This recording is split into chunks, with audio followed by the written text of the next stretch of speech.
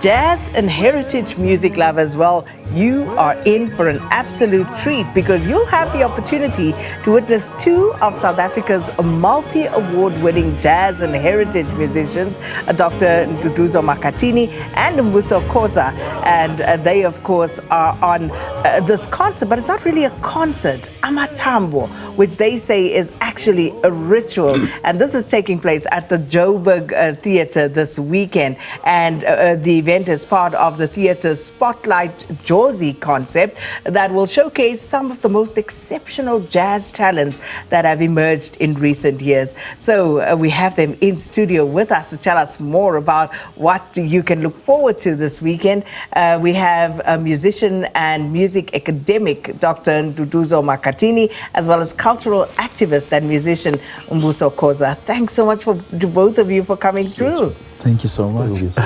So, let's first start with the question of spirituality, which is, of course, very important to both of you and captured in your craft. So, this concert, which you say is actually a ritual, Amathambo, where did that concept stem from? Let me start with you. I think the concept of Amathambo is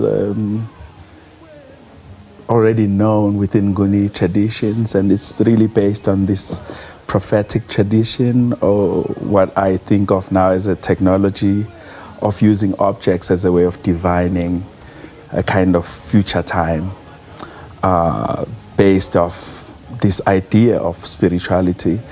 But your initial question, I think, is very important. A lot of the work that we've been doing has really been trying to think about the difference between religiosities and modalities of spirituality. And of course, given the history of coloniality, we tend to think of spirituality within the cages of religiosity. So this is a way to liberate those kind of differences and to suggest that, like, religiosities really were a way of arresting freedoms and putting them in boxes where they didn't fit. And on the other hand, spirituality was just based on observations and seeing all this around us and wondering if there was a God somewhere. But God was not a composition, a construct, but it was just an energy field and based off an everyday thing that is unfolding, a state of wonder, in other words. But of course, you're of course also a cultural activist. So, you know, just listening to the music, and listening to the two of you, and taking in your aura, it is of course a very spiritual encounter that we're having right now, and that I'm sure that the audience will be exposed to. Yes. By all means, and when once you say spiritual, it means you are living in an eternal ritual. By the virtue of us being in this house that is electrical, definitely we are in touch with the other world. And then, of course, you know, your differing musical genres that you come from and fusing all of that must be quite interesting. So talk to us about that journey and you know, how you bring this all together. Well, yeah, I think we just use jazz as a sensibility, and there are ways of thinking about jazz that are quite more intimate than the ways in which curriculum, for instance, has introduced this kind of jazz as a foreign thing, as a thing that comes to us. So there are these relationships that we've been working on, which think about improvisation as an old tradition in Africa, and that really comes from a history of hunter and gatherer. So we're just really thinking about what does music look like if we situate it as a way of being, as opposed to something we do, but as something that's inherently part of who we are. So this kind of dissolves the notion of genres in a sense, because what becomes important to us is what we call energy fields. So we create these short compositions that are always kind of towards this state of unfolding.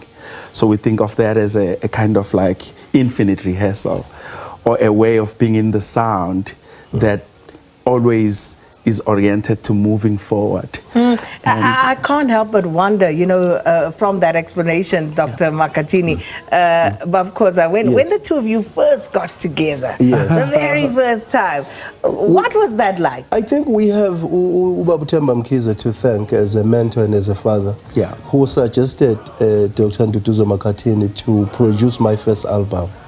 So from there, we never looked back. As you can see, we are both getting grayer. I thought that was by design. We also have our fights when we are doing music and over debates. Sometimes we don't talk for weeks, and then later we sit down. As you can see, he's having his instrument, I have mine. You see? Oh, yeah, yeah, yeah, yeah. Oh, yeah, yeah, yeah, yeah.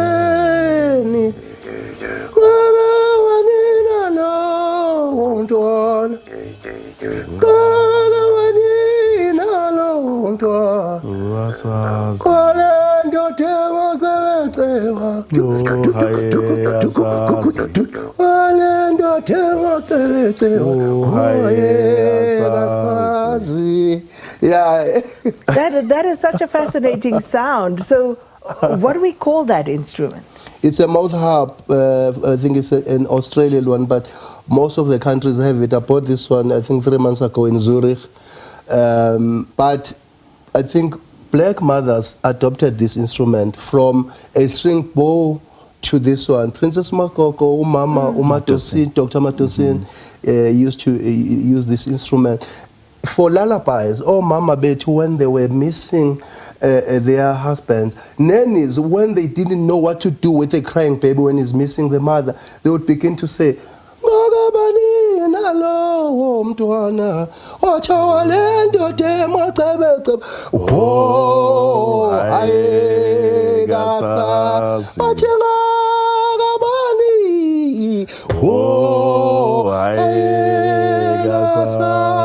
So now he's asking that, where is your father? Because he's no longer looking for girls. Where is your mommy?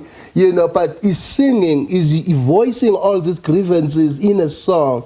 So mainly lullabies were composed by nannies more than grannies. Oh, I tell you what. So on Saturday and Sunday, 9 and 10 at Joburg Theatre, the walls are going to fall.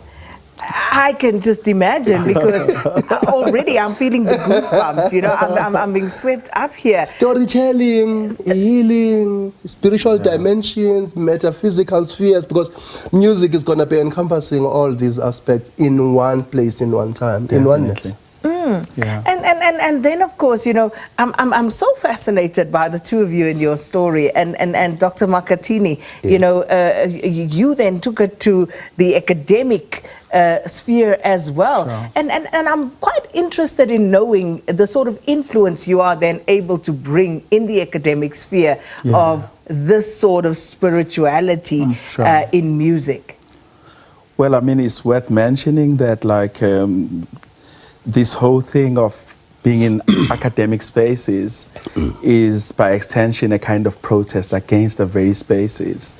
It was through my encounters personally when I went to do my first degree, and just being told that I didn't have a musical background didn't quite sit well with me, because I had come from all these ritual ceremonies that encompassed various repertoires and had an intimate relationship between music and rituals.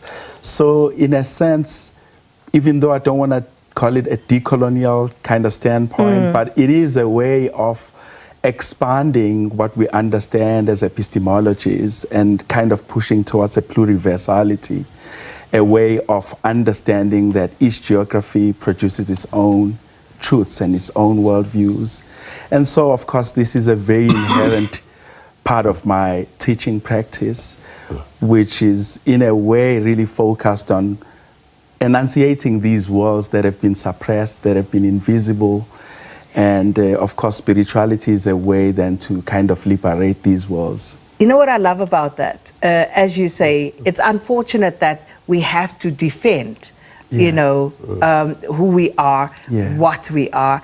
But I'm so glad that you are able to, and you've made it a point that you are able to sit in those spaces and articulate in a language to those who question, of course, you know, what this is about, and almost justify, even though we should never have to. But this is our reality. That's but I'm just curious. You know, you spoke earlier about the man who brought you two together. Yes. Yeah. And so you have these commonalities with Zimngqawana as well. Yes, yes, yes. And what do you think they would say looking at the two of you right now? Oof. Well, I know for sure that Babu Zimngqawana in particular was really interested in this idea of master-disciple kind of relations. And the thing about that is the disciple then has a responsibility of echoing the voice of a master. And I guess it's the same with Mselegu, the same with Mambusi Mhlongo. It's the same with Babu Mkhize. I think all they wish for us is to kind of project an echo of the things that they were kind of interested in. And that's an infinite kind of duty, you know. We never stop trying to. And also in the process, the question of, did we really capture the essence of what the masters were trying to say in order to give it to the next generation? And that's why sometimes in African context, people are initiated into these practices. Babu Khoza? There's Babu Mkhize. What would he say? Is he here? I would say when I think of Babu Mkhize about Babu Mkhize, as will be performing tomorrow and Sunday at Joburg Theatre. I'm reminded of the times when I had no place to stay in Joburg. I would always go to his studio to hang around so that I can get a cup of tea and a slice of bread until he noticed that this guy, there's something. And then he would give me a lift. When we get too small, and he said, so where are your taxis? I said, yeah, I'm okay here, even though I didn't know where I was going. Until he gave me an opportunity to record my first album. So when I see Babu Mkhize, I see a dad. He's like practically a father of Babu Mkhize. Well, bless his soul. And you know what? I wish the two of you all the best, though you don't need it. And it's going to be fabulous. It's going to be absolutely fabulous. I saw on the socials people already asking about the performances this weekend and where you're going beyond this, because they're already thinking, those who can't make it this weekend, where you'll be performing next. Any plans beyond this? But for now, let's meet at Joburg Theatre. There you go. Tomorrow and Sunday. Tomorrow, Sunday, that's where it's at. That's where you will find these distinguished gentlemen, Doctor Nduduzo Makhathini, who's of course jazz musician, and Mbuso Khoza, cultural practitioner, talking to us about their collaboration and of course presenting the Amathambo ritual, the concert at the Joburg Theatre this weekend, tomorrow and Sunday. So do make your way there.